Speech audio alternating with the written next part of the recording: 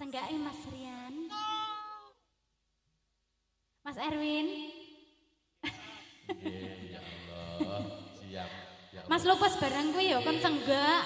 Nggih, ya Oh. Allah. Nek sing kendang ki ora senggak ora apa-apa. Pripun? Senggak pisan karo lembean nyuraki wedang guling telu. Alah, lah kuwi. Ya Allah. Iki mang wis goleng to, Mas? Sampun. Lah nggen kula malah bocor. Guling. Alah.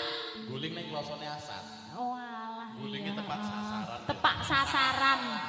Ya Allah. Gulingnya teka lambung. Ke lambung. Nggih. Mereka sing kendang masih jomblo nggih, Mas? Oh, alhamdulillah. Dagangan. Dagangan. Nggih. Kula nggih dagangan lho, Mas. Mas Topik. Dagangan. Nggih. Iki dagang. Lah kowe besar iki ora payu. Ora payu to besar. Cepotan untumu siji. Nggih. Didol sak payu-payune lho jajane. Dagangan anake telu dagangan. Payune diliput lawangmu kancing bojoku. Entekno, Mbah. Monggo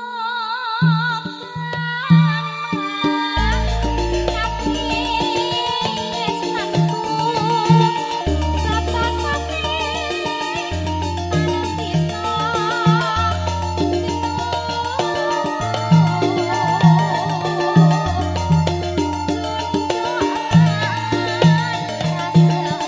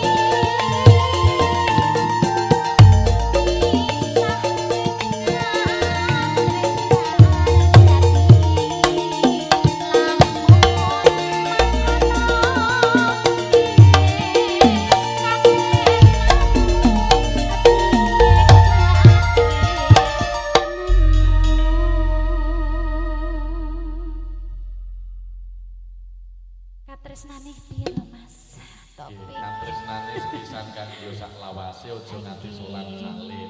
Wong jenenge omah-omah kubrayan kuwi tak umpamakake kaya dene wong nyawang gunung. Anjir. Nyawang gunung ki joro-yoroyo kok kaduan bareng diunggahi isine kentheng renceng eneng ula eneng macan eneng sembarang kalir. Padha karo wong omah-omah nyawake ayu ya Allah dah neo lho bareng dirapi galake ndak umum. Mula saling melengkapi dan saling mengisi. Betul. Melengkapi kekurangan itu. Ngoten nggih Mas Rian. Nggih. Muga-muga sepisan ki selawase. Amin. Nah.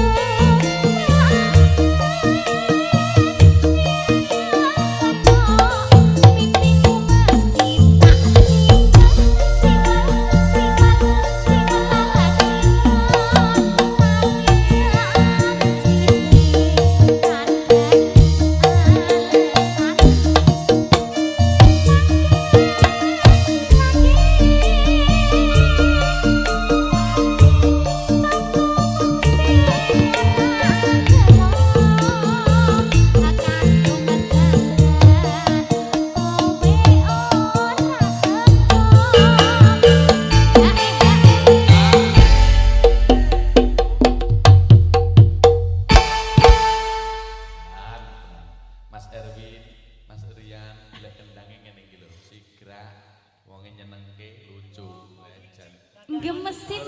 Terus nomor telu titikane penak dibayar mesti moh iki lho. Lah iki. Lah iku lho moh to. Ya Allah. Dut. Kapan-kapan ora. Mas Erwin, mangke paringane kula mawon. Nggih, ya Allah. Ketane di kapan-kapane ora nesu aku terus khawatir Mas, kuwi kebal hukum. Bebas hukum.